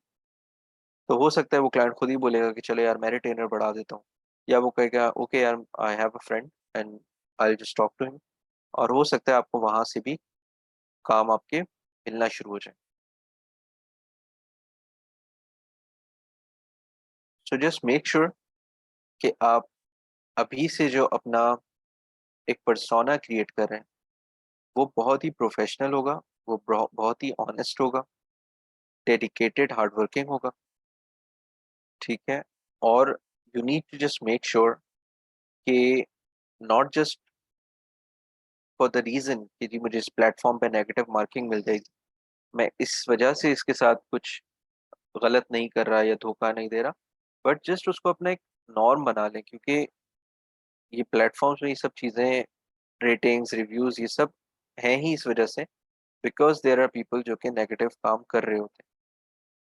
But if you are honest about your work and if you really know what you're doing, then I believe कि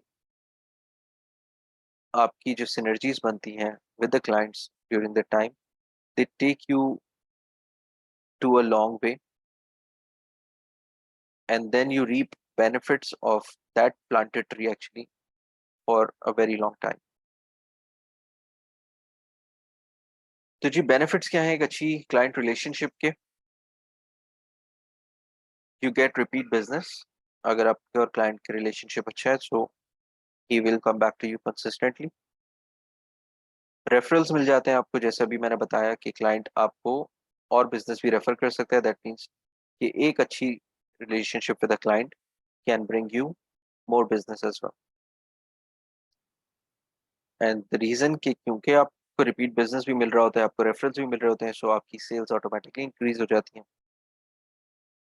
कस्टमर सेटिस्फेक्शन आपकी इंप्रूव हो जाती है because now the client knows you a bit beyond the professional discussions. So if anything is happening, let's say बारिश हो गई जी, internet खराब हो गया, कोई भी ऐसी चैलेंज आ गया, ऑल्दो ये चीज़ें होनी नहीं चाहिए, you must be prepared for with the backups, but let's say कोई एक अनफोर्सीन सिनेरियो हो गया जिसकी वजह से क्लाइंट के काम में कोई डिले आता है, तो क्योंकि आपकी और उसकी रिलेशनशिप अच्छी होगी, आप उसको क्लियरली बता देंगे कि जी ये चीज़ हुई है जिस वजह से ये प्रॉब्लम आ रही है। एंड इफ आपकी रिलेशनशिप अच्छी बनी हुई है तो he will understand it, and overall he will be satisfied with your services and with your overall personality, जिसकी बेस पे he will keep on working with you. एक और बेनिफिट अच्छी क्लाइंट रिलेशनशिप से ये भी होता है कि आपकी ब्रांड अवेयरनेस भी बढ़ जाती है।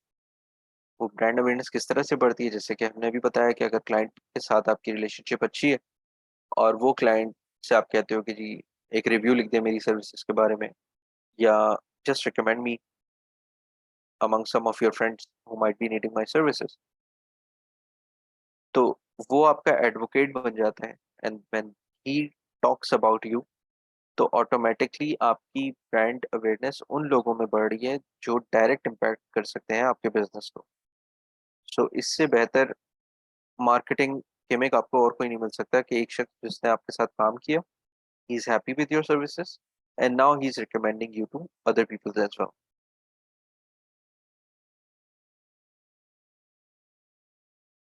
To establish strong client relationships, you need to understand clients' needs, जो हमने डिस्कस किया कि बेशक क्लाइंट इंसान है, बेशक हो सकता है वो आपकी सेम कंट्री का भी हो, आपके सेम जो है ना डायलेक्ट का भी हो, but you need to make sure कि जब आप उससे कम्युनिकेट कर रहे हो तो आप प्रोफेशनली कम्युनिकेट करेंगे, उसकी रिक्वायरमेंट्स को प्रोफेशनली समझेंगे। एक चीज़ हम लोग अक्सर करते हैं कि अगर मुझे पता चला लेट्स से किसी सामने वाला क्लाइंट विदेशी है, मैं बिना कुछ सोचे उर्दू में बातें शुरू कर दूँ, और अभी हँसी भी आती है मुझे और तरस भी आता है बच्चों के ऊपर कि मतलब व्हाई? एक यूएस बेस्ड क्लाइंट के लिए मैं काम कर रहा था, it was a marketing agency, और उसके लिए we were doing some hirings और वो भी रिमोट वर्कर्स हम हायर कर रहे थे। तो इंटरव्यू के टाइम पे मैं हूँ, मेरे साथ एक और कराची का लड़का है, और जो कंपनी का सीईओ था वो है इंटरव्यू। अब सीईओ का जो नाम है उसका नाम था Abdul Rahman, but the guy was not a desi, he was from I think Egypt और यमन साइड, तो उसको उर्दू नहीं आती। उसको सिर्फ अरबी आती है या उसको इंग्लिश आती थी। इंटरव्यू लेने बैठे हुए जी, इंटरव्यू के टाइम जितने भी ये, और दो इतनी अच्छी अपॉर्चुनिटी है, रिमोट वर्किंग अपॉर्चुनिटी है, आपको यूएस बेस्ड क्लाइंट्स के साथ काम करने का मौका मिल रहा है। मैं उन पॉइंट्स पे तो अभी जा ही नहीं रहा कि रिसर्च ही नहीं करके आते कि कंपनी क्या है, या उस कंपनी के पास अभी क्लाइंट्स कौन से हैं, या जिस काम के लिए मुझे हायर कर रहे हैं उस काम के लिए क्या सवाल हो सकते हैं। वो इंटरव्यू प्रिपरेशंस तो दूर की बात है, बेसिक कम्युनिकेशन स्किल्स, कि वो इंटरव्यू पे आएंगे, उन्होंने देखा अच्छा जी हसान नाम आ रहा है, अच्छा जी अब्दुलरहमान नाम आ रहा है, और एक और का नाम भूल गया पता नहीं, लेट से कि जी इमरान नाम है फिर, वो बोलेगा अच्छा देसी बैठे हुए सारे। मैं उससे इंटरव्यू सवाल पूछ रहा हूँ इंग्लिश में कि ओके जी, tell me something about yourself. जी मैंने जो है ना सबसे पहले ग्रेजुएशन यहाँ से की, उसके बाद फिर मैं जो हूँ ना मैंने ये काम किया, मैंने ये काम किया, and I am like what.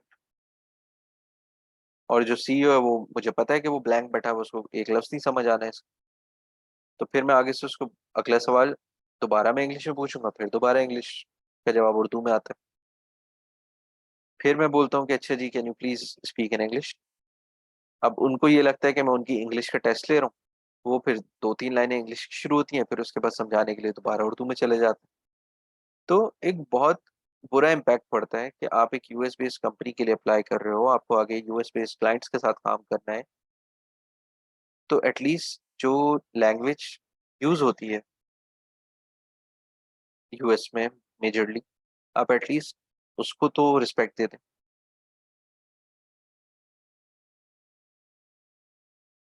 तो ये चीज जो है ना सबसे बड़ा एक ड्रॉबैक, या एक जो है ना बैकलैश क्रिएट करती है आपके लिए, when you assume anything. Even local में भी, कराची में भी, आप पाकिस्तान के किसी भी शहर में, किसी मुल्क और किसी टाउन में इनफैक्ट आप जाके इंटरव्यू भी अगर दे रहे हैं ना, कॉमन कर्टेसी होती है कि जिस जबान में इंटरव्यूअर सवाल पूछ रहा है उसी सवाल में जवाब, उसी जबान में जवाब देना है आप। Don't change the language. ये एक बहुत बड़ा शिफ्ट लगता है हायरिंग मैनेजर की नज़र में, कि मैं आपसे बात एक अलग जबान में कर रहा हूँ, आप जवाब अलग जबान में दे रहे हैं, इसका मतलब हम तो सेम पेज पे आ ही नहीं सकते। ठीक है, so similarly you need to understand the client's requirement, client's functionality, client का project, then you need to deliver exceptional work. Client को अपना आदी बना ले, क्लाइंट को लगे कि इसके बगैर तो मेरा काम हो नहीं सकता, या इसके बगैर मैं स्ट्रगल करूंगा। बिकॉज आप अपने काम से ऑनेस्ट होंगे, बिकॉज आप अपने वर्क एथिक्स के साथ ऑनेस्ट होंगे, तो जो काम आप करेंगे आप ऑटोमेटिकली उसमें, इफ नॉट 100%, आप 110% आप एफर्ट पुट इन करेंगे कि चलो थोड़ा और इसको बेहतर कर दो, थोड़ा और इसको बेहतर कर दो। एंड जब क्लाइंट की एक्सपेक्टेशन से आप आगे निकल जाएंगे, then client will consider you one of its biggest asset, and then आपकी रिलेशनशिप भी उससे अच्छी बनेगी। आप अपनी प्राइसेस को भी निगोशिएट कर सकते हैं, इफ यू अंडरस्टैंड कि the client is in love with your work, the client wants you to stay for long, and since आप भी client के साथ एक अच्छी relationship बनाना चाहते हैं, and you do not want to juggle between many clients, और आप चाहते हैं कि बस कुछ quality clients ही आप रखें, लेकिन उसके लिए clients से आपको एक certain number of revenue generate जरूर करना है, तो it's better कि आप 50-50 डॉलर के 100 क्लाइंट लेने से अच्छा है $500 वाले 10 क्लाइंट बना लें। उनको मैनेज करना भी कंपैरेटिवली इजी रहेगा, उनको खुश रखना भी इजी रहेगा, उनको काम डिलीवर करना भी आपके लिए इजी रहेगा।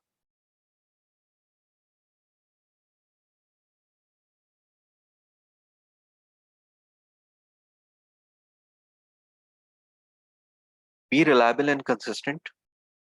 ठीक है, स्पेशली इंटरनेशनल क्लाइंट्स और इवन लोकल क्लाइंट्स की अगर हम बात करें, तो ये एक समझे आपका एक पर्सोना बिल्डअप हो जाना चाहिए कि एक तो ओवर कमिट करके अंडर डिलीवर नहीं करना, अंडर कमिट करके ओवर डिलीवर बेशक कर दें। क्लाइंट को बोले 2 दिन लगेंगे और उसको अगर आप एक दिन में काम डिलीवर कर देंगे, he be more than happy.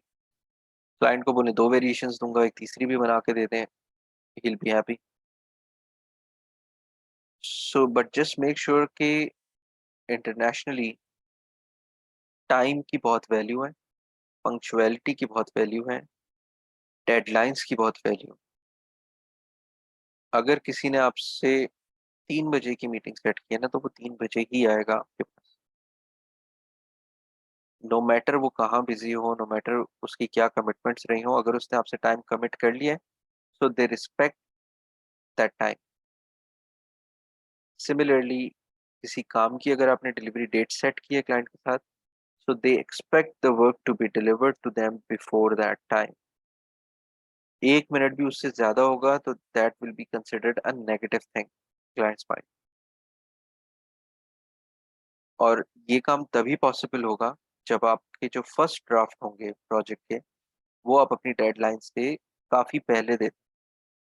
Let's say client ने आपको आर्टवर्क्स का कहा है, लोगो का कहा है, तो उसका ये मतलब नहीं क्लाइंट ने कहा कि जी मुझे लोगो लेट्स से 25 तारीख तक चाहिए, और आप 20 तारीख पे बैठे हैं और आप 25 तारीख को उसको वो आर्टवर्क दे देते हैं या लोगो बना के देते हैं। अब क्लाइंट कहता है कि जी इसमें करेक्शंस हैं, मॉडिफिकेशंस हैं, आप कहते हो कि ठीक है अब ये मैं कल दूंगा, तो दैट मीन्स आप ऑटोमेटिकली डेडलाइन आपने क्रॉस कर दी, बिकॉज डेडलाइन की बात हुई थी final work delivery, not the initial draft. So you need to be very clear कि जी इनिशियल ड्राफ्ट्स आपको कब तक चाहिए एंड फाइनल डिलीवरी के लिए कितने दिन आप रख रहे हैं करेक्शंस और रिविजन्स के लिए। And again if you are reliable, if you are consistent, client आपको इजीली अप्रोच कर सकता है, आप क्लाइंट के लिए अवेलेबल हैं, आपके कोई इस तरह के इश्यूज नहीं आ रहे हैं कि जी लाइट नहीं चल रही है, नेट नहीं आ रहा, ये इशू हो गया है, वो इशू हो गया है, तबीयत खराब थी, ब्ला ब्ला ब्ला।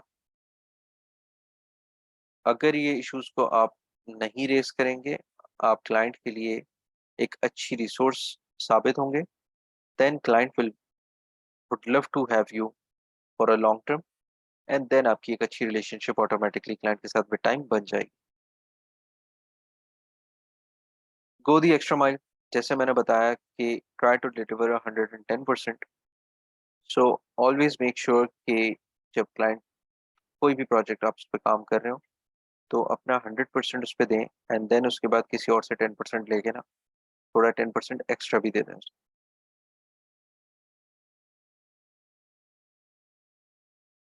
To foster long term partnerships आपने प्रोएक्टिव होना है।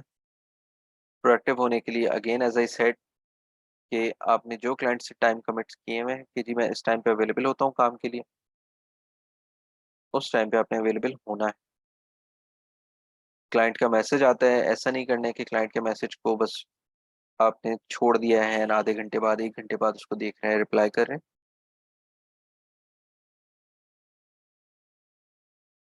You need to make sure कि if the client has sent you a message, if that message is of urgency and if you are available, make sure कि थोड़ा extra mile जाके उसको सर्व कर दें। एंड अगर क्लाइंट ने ड्यूरिंग ऑफिस आवर्स या ड्यूरिंग वर्क आवर्स आपको कोई मैसेज किया है, तो उस पर तो कोई ऑप्शन या कोई चॉइस ही नहीं है आपके पास, instead to reply them immediate.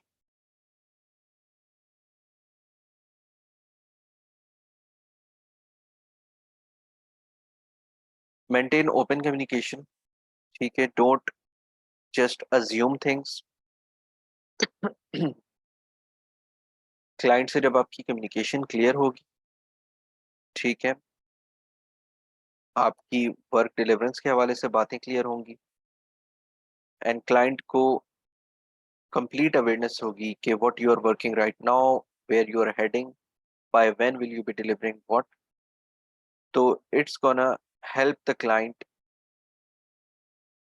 to get into a better relationship with you, to make sure that he keeps you for long term.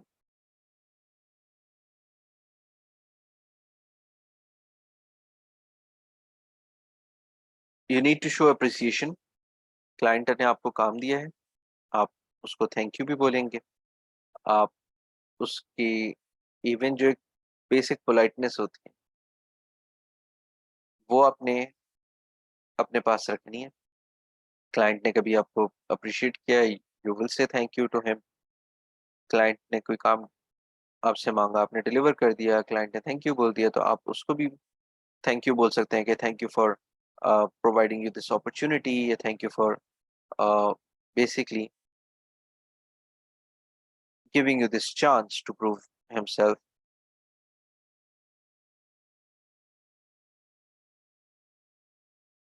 ठीक है जी। उसके बाद जैसे जैसे आपकी क्लाइंट से रिलेशनशिप बनती रहेगी, to make it long term, आप क्लाइंट से फिर उसको मूव कर सकते हैं towards different pricing strategies.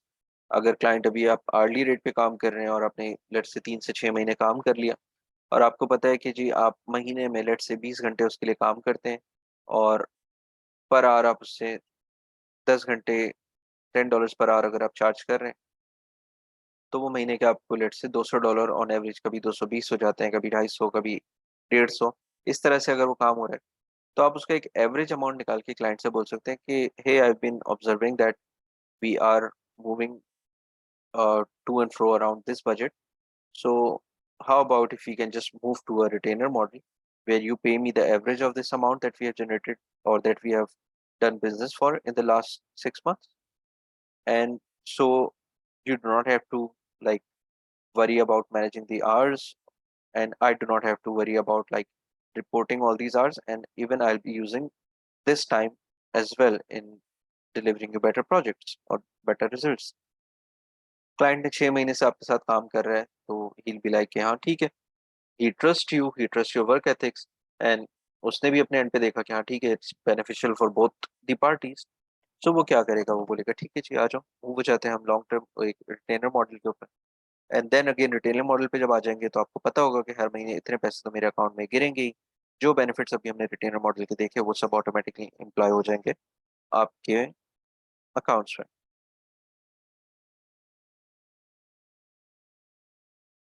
Effective communication strategies with the clients, active listening.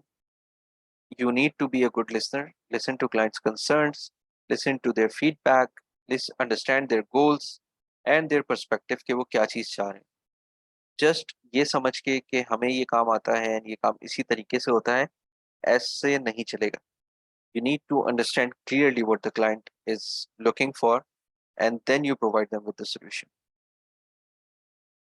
Be clear and transparent. हम मल्टीपल टाइम ये चीज़ डिस्कस कर चुके हैं कि प्रोजेक्ट की टाइमलाइंस, प्रोग्रेस, पोटेंशियल चैलेंजेस, जो कुछ भी आपको लगता है कि इस प्रोजेक्ट में ये आप फेस कर सकते हैं, उसको क्लियरली क्लाइंट से डिस्कस करें beforehand. Be responsive.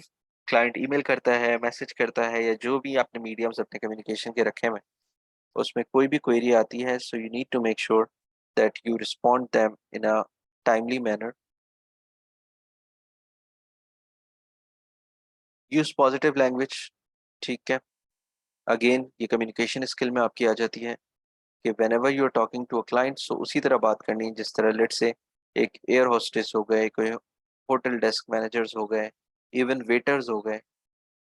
No matter उनका मूड कितना ख़राब हो, नो मैटर उनको क्या परेशानी हो, वो आपसे हमेशा पोलाइटली बात करेंगे, वो आपको हमेशा स्माइल दे के ग्रीट करेंगे, वो आपको हमेशा एक अच्छे टोन में बात करेंगे, because you are their clients, you are their customers. Similarly when you have your client to deal with, तो आप उसके साथ अपने घर की टेंशन्स डिस्कस नहीं करेंगे। अगर किसी भी वजह से आपका मूड भी ऑफ है, तो आप क्लाइंट को ये इम्प्लीमेंट कभी भी नहीं दिखाएँगे कि जी you are going through something, या आपको कोई बात, इवन क्लाइंट की भी अगर कोई बात बुरी लगी है, so try to make sure कि आप उसको पॉजिटिव वे में उसको राउट कर दें, या उसको किस तरह से आप मोल्ड करके एक पॉजिटिव डायरेक्शन में ले जा सकते हैं।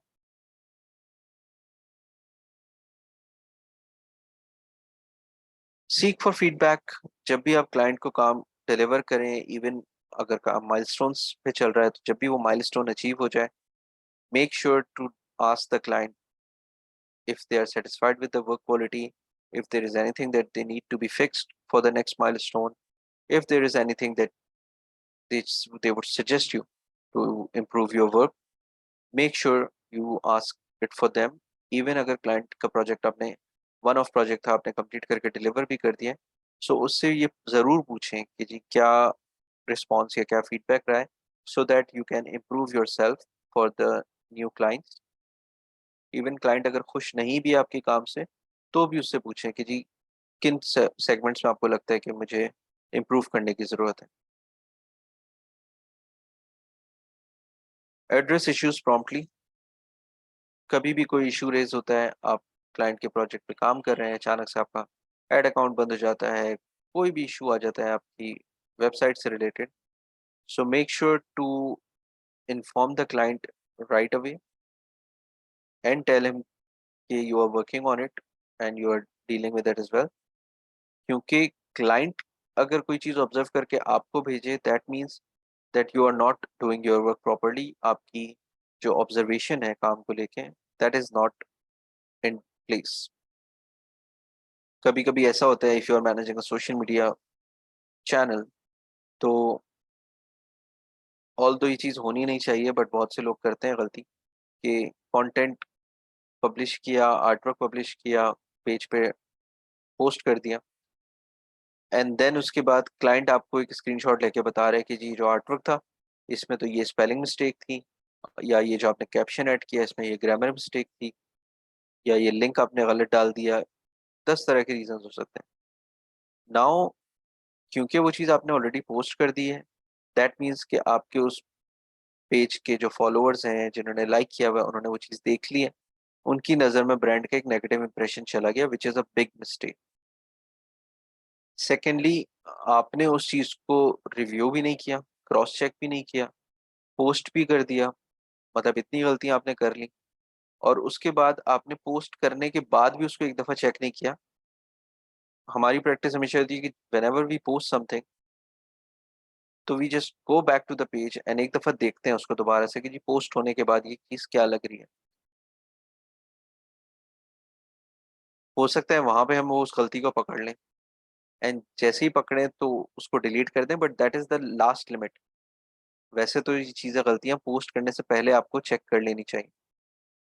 बट चलें, अगर आपने पोस्ट कर दिया और अब उसके बाद आपने उसको रीचेक भी नहीं किया पोस्ट होने के बाद भी, और क्लाइंट को कोई उसका दोस्त स्क्रीनशॉट लेके भेज देता है, कोई और उसका कस्टमर भेज देता है, क्लाइंट खुद पेज को मॉनिटर करते हुए वो चीज़ नोट कर लेता है, that becomes a very big problem for your work graph या प्रोग्रेस ग्राफ जिसको हम बोलेंगे। So make sure to deal with the issues promptly, fix them as soon as possible whenever the issue arises, and inform the client about if anything beyond your domain arises। ऐसा नहीं है कि आपने खुद गलती करके पोस्ट कर दिया और अब फिर पोस्ट करके पहले क्लाइंट को बता रहे हैं वो मैंने गलती से स्पेलिंग मिस्टेक डाल दी थी, अब मैं डिलीट करके दोबारा डाल रहा हूँ। नहीं, इतना ऑनेस्ट भी नहीं होना है।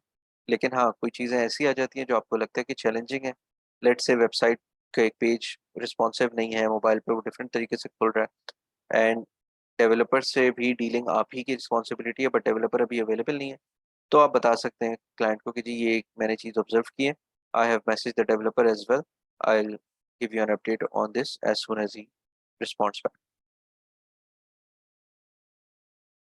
Set realistic expectations, be transparent about project timelines, deliverables, and potential limitations. Use multiple channels, utilize various communication channels such as email, phone, or video calls based on client preferences. Common client communication scenarios क्या क्या आ सकते हैं जी? कभी कभी client अपने scope को change कर देगा, जैसे कि हमने दिखाया कि जी स्कोप क्रीप अक्सर आता है, तो जैसे ही वो कोई एडिशनल काम असाइन करे, एडिशनल स्कोप में चीज़ें ऐड करे, so you need to make sure that आपकी कम्युनिकेशन स्ट्रेटजी इंटैक्ट है, एंड आप उससे बात करेंगे कि जी since now I have to put in extra efforts, I have to put in extra time, so again we need to renegotiate on our pricing and the timelines of the project. Addressing client dissatisfaction, कभी कभी client आपके काम से खुश भी नहीं होगा, ठीक है, वो बोलेगा कि no I am not happy with the work, तो उसके उस टाइम पे क्या किया जाए जी? आप क्लाइंट को बोल सकते हैं कि अच्छा नहीं पसंद आया, जाओ यार, या आप उसको पोलाइटली एड्रेस करेंगे कि ओ okay, I understand your frustration, I understand that you were expecting something else. Let's just fix it up, or just give me some time. I'm gonna fix it up for you. And अगर उस बीच में आपको समझने में problem है कि मुझे client का ऑब्जेक्टिव समझ नहीं आया, तो उससे दोबारा पूछ लें कि okay, if I am not wrong, you want me to go in this direction, and the client says कि हाँ ठीक है, and even if you want, आप क्लाइंट से बोल भी सकते हैं कि do you have any reference in mind, और do you have any resource in mind that you think would be helpful for me to achieve this thing. Client will be willing to help you out, because अब उसको दोबारा उस पूरे hassle में नहीं पड़ना है कि वो दोबारा जॉब पोस्ट करेगा, दोबारा वो किसी रिसोर्स को ढूंढे, दोबारा उसको प्रोजेक्ट का स्कोप समझाए। उसने आपको शॉर्टलिस्ट किया, उसने अपनी अंडरस्टैंडिंग के बेस पे, तो उसको ये रियलाइज मत कराए कि उसने बेवकूफ़ी कर दी। उसको ये रियलाइज कराए कि ठीक है, काम में होती है ऊंच नीच होती है, but I am standing here, I am gonna fix it up for you, and I am gonna make up for your time lost as well. Providing project updates, keep clients informed on project progress, milestones achieved, and any challenges faced. ठीक है जी, financial management for freelancers.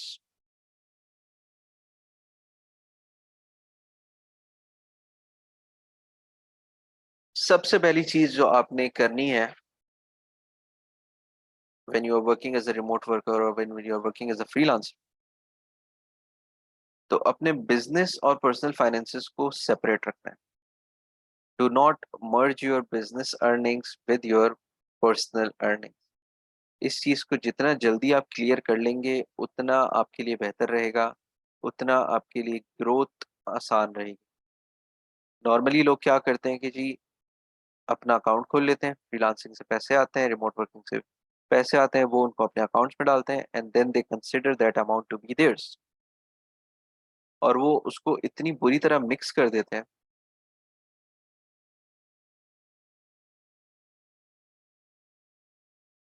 कि जी हम्म,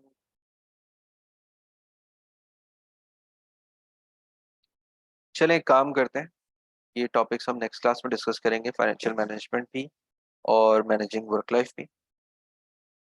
ठीक है, अभी आप लोग नमाज break भी ले लें, एंड देन क्लास भी कंक्लूड करते हैं, एंड देन इंशाल्लाह नेक्स्ट वीक मुलाकात होती